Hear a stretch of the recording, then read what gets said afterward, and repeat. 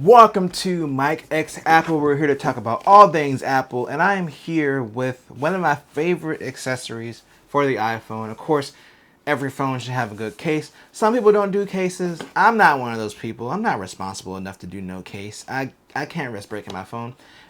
But one of my favorite things to do is to get the iPhone leather case. I've been buying the leather cases since the iPhone 11 Pro.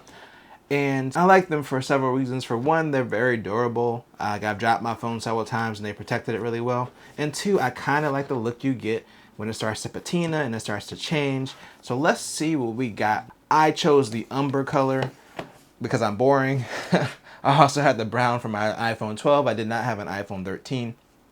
And this is how it looks after 2 years. I wish it would have patinaed more evenly. I did end up watching a video where someone who specialized in leather said like there's a protective coating up here and it's going to make it really hard to patina. So yeah, you can see this is basically where it got. The sides look really good and the bottom, etc. But the back of it didn't really get the same love. So I might actually sandpaper my case this year. I'm not sure. We'll have to see. Let me know what you guys think, if I should do the whole sandpaper thing to remove that protective coating.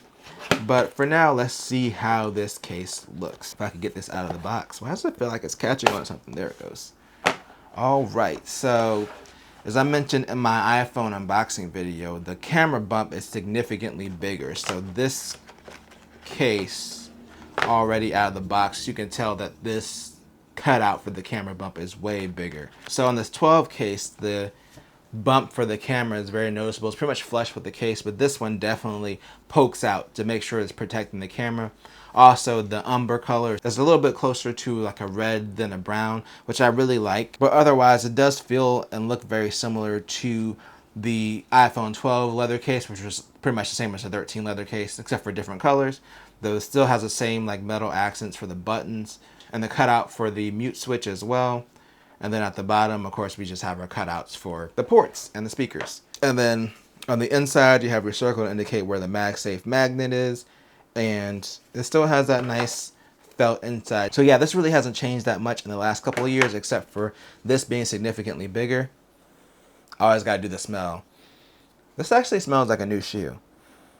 It does feel a bit softer too. It feels like it's a softer leather than what I had with the 12 case. But it might just be because of how old this case is. But my memory serves me correctly. I don't remember it feeling this soft. But yeah, let's go ahead and pop this on the phone. Let's see how this looks with the 14 Pro Max. Okay, I like this. I like the way it looks. It contrasts well with the black.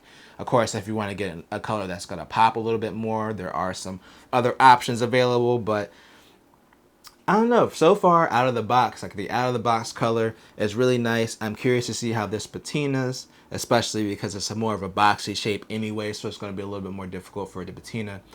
And again, let me know if you think I should sandpaper this thing down.